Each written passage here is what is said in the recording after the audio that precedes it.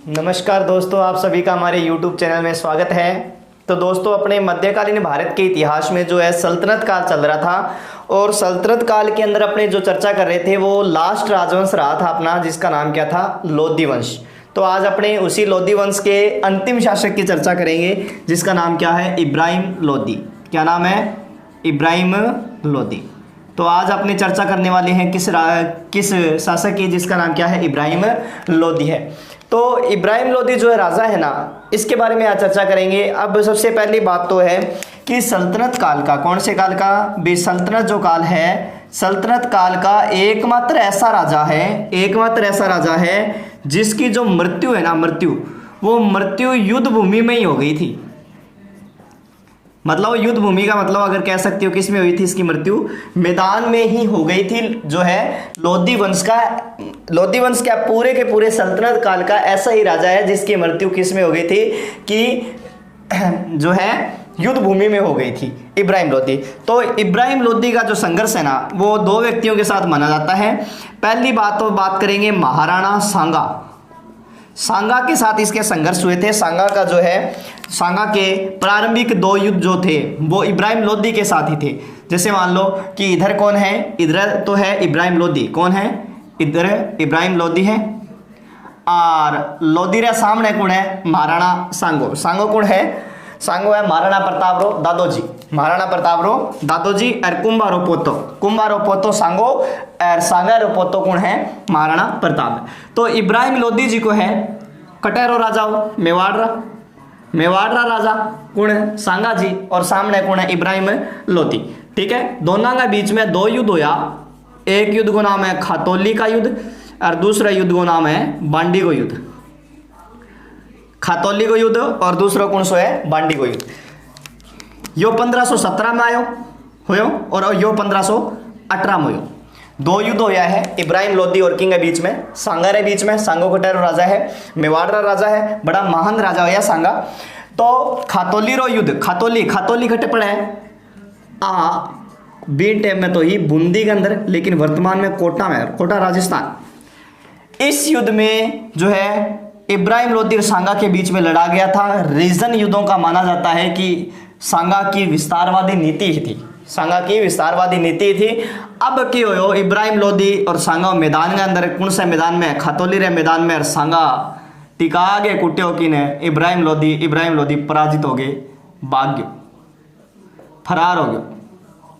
ठीक है, हिंदी मुहारो आवे नहीं, 9-2-11 हो गयो, 9-2-11 वालों 8वीं आइडो है, 9-2-11 हो गयो। कौन है, इब्राहिम लोधी है। दूसरा युद्ध कौन सो मानी जावे, बांडी को युद्ध, बांडी कह दो, बारी कह दो। ठीक है, कट पड़ा है धौलपुर में, बांडी कटे है धौलपुर में। अब भाई इब्राहिम लोधी खुद को नहीं गयो, स्वयं नहीं गया, का भाई राजस्थान वाला कुटा बहुत है, बड़ा ही खतरनाक कुटा है। तो आपके दो सेनापतियां ने भेज दिया है, मियाँ हुसैन और मियाँ मक्खन, दोनों को भेज देता है, खुद नहीं जाता है ये।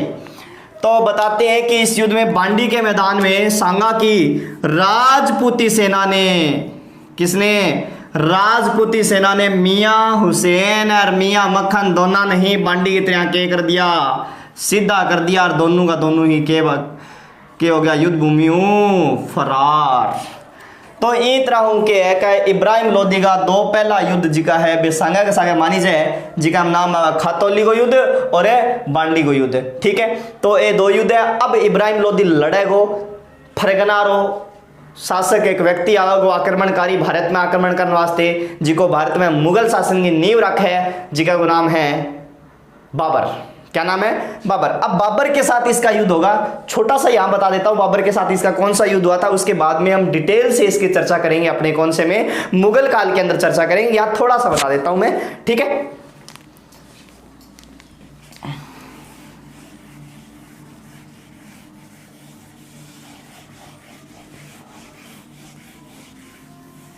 अब इब्राहिम लोधी रो युद्ध मानी जाए किंग सागे, बाबर का सागे।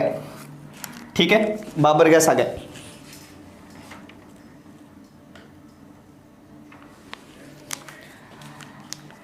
इब्राहिम लोधी वर्सेस बाबर, और बाबर कटुआ हुआ है, फरगना हुआ है। कौन सी रियासत हुआ बाबर है, फरगना हुआ है। ठीक है, इन चीज को ध्यान रखना है। बाबर खट हुआ को, फरगना हुआ को, इब्राहिम लोदी और बाबर के बीच में 21 अप्रैल 1526 ईस्वी को जो युद्ध लड़ा गया था। रीजन क्या है, कह भाई काका बडाड़ा इब्राहिम लोदी परेशान हो गया, पंजाब का सूबेदार भी नाम आवे दौलत खां लोदी। भाई इंगा शासन परेशान हो गया, इब्राहिम लोदी इंगा शासन कौन परेशान हो गयो, दौलत खां लोदी परेशान हो गयो। इंगा सागे ही आ गयो आलम खां लोदी, पंजाब का सूबेदार आज का। आ दोनों मिल गए के करो क दिलावर खां लोदी ने बाबर के पास भेजा है। दिलावर खां लोदी ने आ दोनों के करो, दिलावर खां लोदी ने पत्थर लिख के भेजा है कि बाबर के पास का, बाबर आ जा तू अटैक करना है। ठीक है, इब्राहिम लोदी बहुत ही सेक है। इस वास्ते आक्रमण करने वास्ते जी को है दौलत खां लोदी, आलम खां लोदी, इब्राहिम लोदी ने मारने को प्लान बनाए हुए है। और किन बुलायो है, बाबर ने बुलाया, क्योंकि खुद तो ईशो काम कर कौन सा करा तो भी हुआ और को नहीं। ठीक है, तो बुलाए हुए है, तो बाबर आए हुए फरगना हूँ बिया। तो बाबर पहला 1519 में भेरा और बाजौर नामक स्थान पर जो है आक्रमण किया था, जिसमें सबसे पहले इसने जो है वहां पर ही तोप खाने का या बारूद का प्रयोग किया था। लेकिन अब बाबर आए हुए हैं, बाबर आने के बाद में कह रहे हैं कि इब्राहिम लोदी ने 21 अप्रैल 1526 ईस्वी के पानीपत के प्रथम युद्ध में बाबर जो है इब्राहिम लोदी को क्या कर देता है, पराजित कर देता है। पानीपत के प्रथम युद्ध में बाबर इब्राहिम लोदी को क्या कर देता है, पराजित कर देता है। वेरी इंपॉर्टेंट, याद रखना है आपको।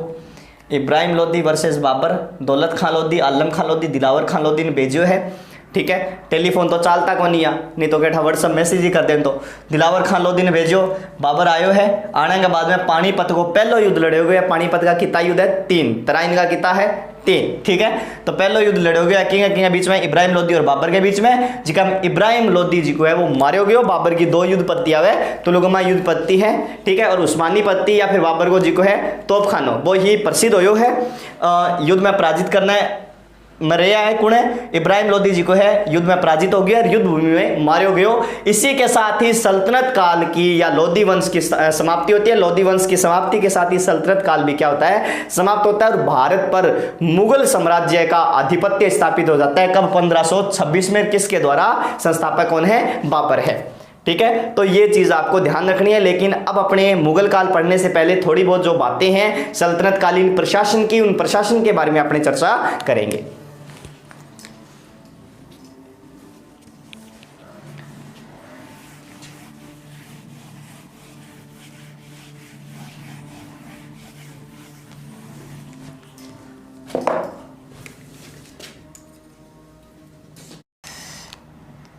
अब अपने चर्चा करेंगे सल्तनत कालीन प्रशासन।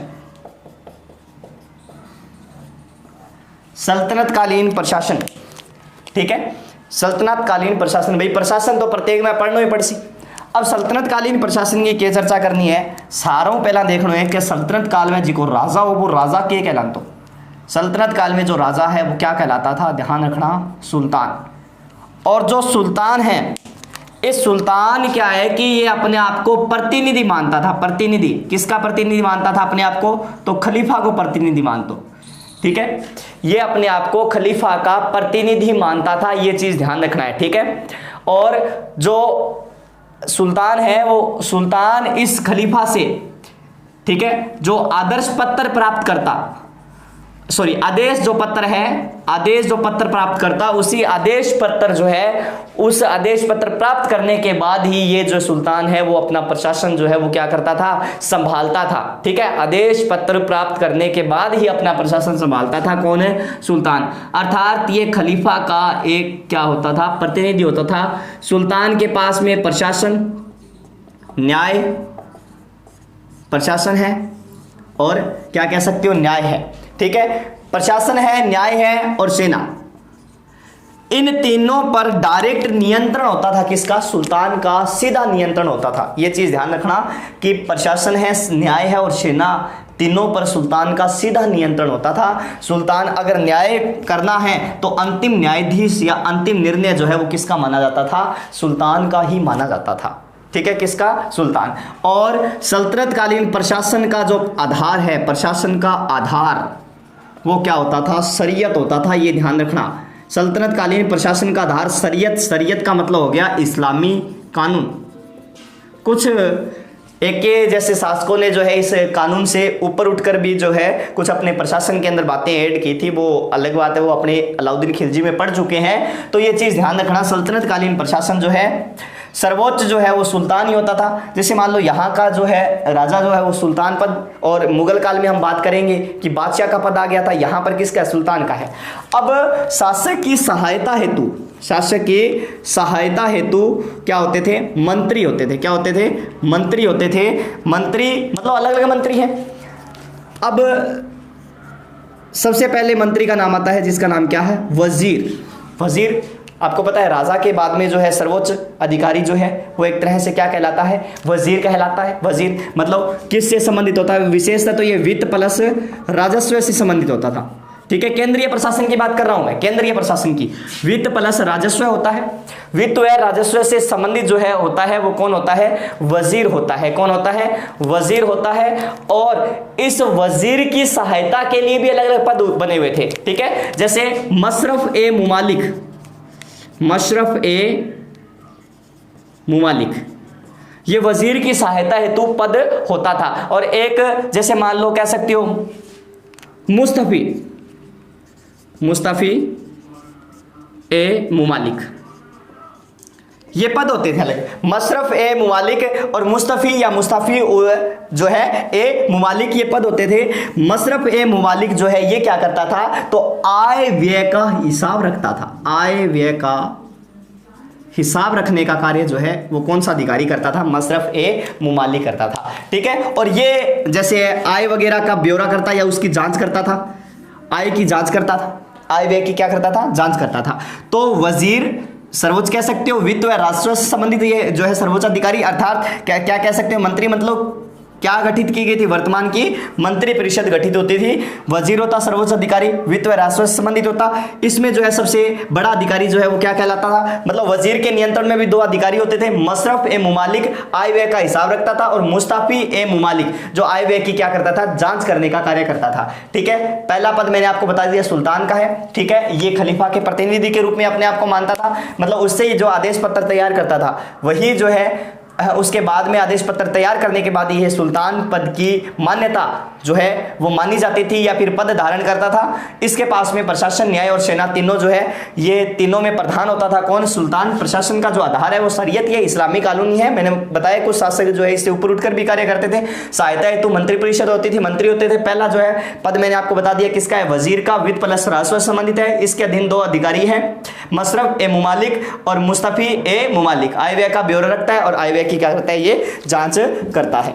ठीक है, और ध्यान रखना जो खलीफा से जो पत्र प्राप्त करते थे ना उसको सनद बोला जाता था। सनद, आदेश पत्र जो प्राप्त होता था उसको क्या कहा जाता था? सनद कहा जाता था।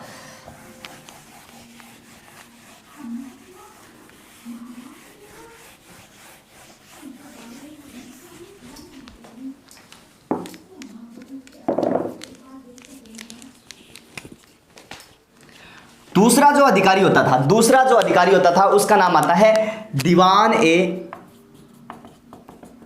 अर्ज। कौन सा अधिकारी आता है? दीवान ए अर्ज। अब देखो दीवान ए अर्ज, मैंने आपको बलबन के काल में बताया था कि इसने एक दीवान ए अर्ज नाम के विभाग की स्थापना की थी।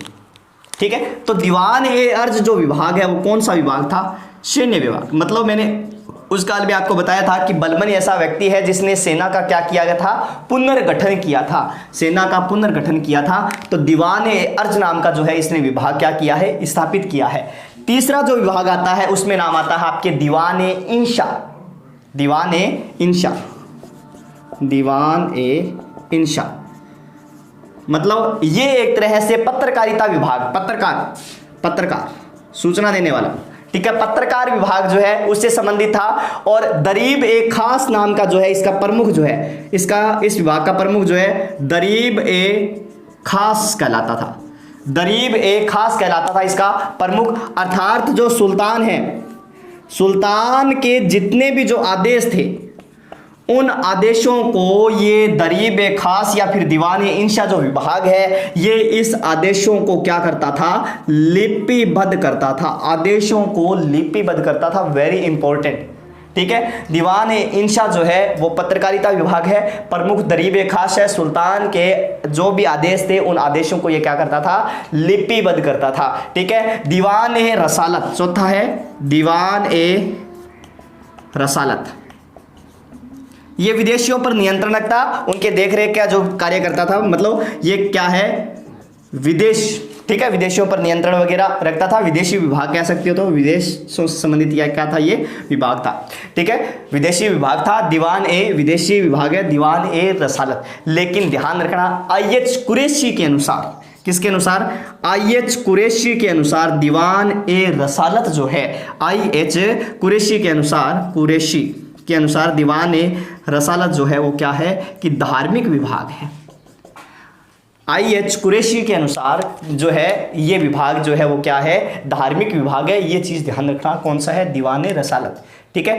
पहला आपने वजीर पढ़ा, दूसरा दीवान अर्ज पढ़ा, तीसरा दीवान इंशा पढ़ा, चौथा दीवान रसालत पढ़ा है, ठीक है ना। 4 विभागों, दीवान अर्ज, दीवान इंशा, दीवान रसालत पढ़ा है, ठीक है।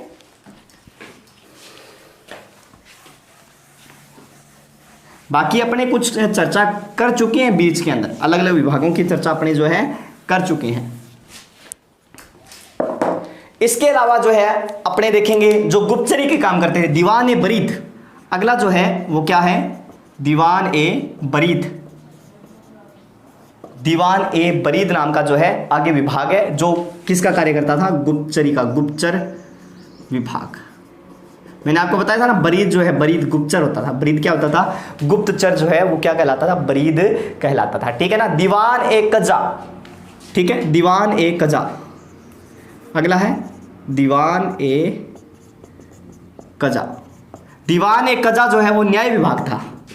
कौन सा विभाग था, न्याय विभाग, जो न्यायिक कार्य वगैरह करता था। मैंने बताया न्यायिक जो है वो अंतिम निर्णय जो है वो किसके पास रहते थे, अंतिम निर्णय जो है वो सुल्तान के पास ही रहते थे। लेकिन वैसे इसका अधिकारी जो है वो कह सकते हो काजी मुमालिक होता था, मुमालिक, काजी मुमालिक जो है वो इस विभाग का क्या होता था, अधिकारी होता था, ठीक है, इस विभाग का अधिकारी होता था। और सद्र उस सुदूर, ध्यान रखना, एक इसी में आता है सद्र उस सुदूर,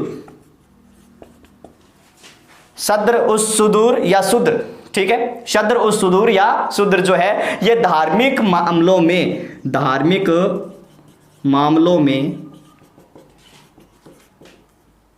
राजा का क्या था, सलाहकार था।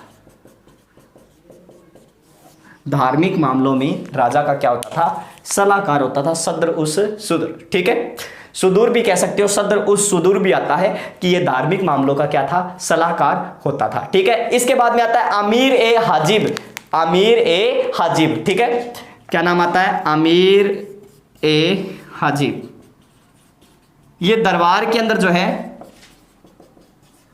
दरबार में दरबारी शिष्टाचार का ध्यान रखता था, दरबारी शिष्टाचार का ध्यान रखता था, अर्थात कह सकते हो दरबारी शिष्टाचार जो अधिकारी है, जो है दरबारी शिष्टाचार अधिकारी जो है वो क्या कहलाता था, अमीर हाजिब कहलाता था।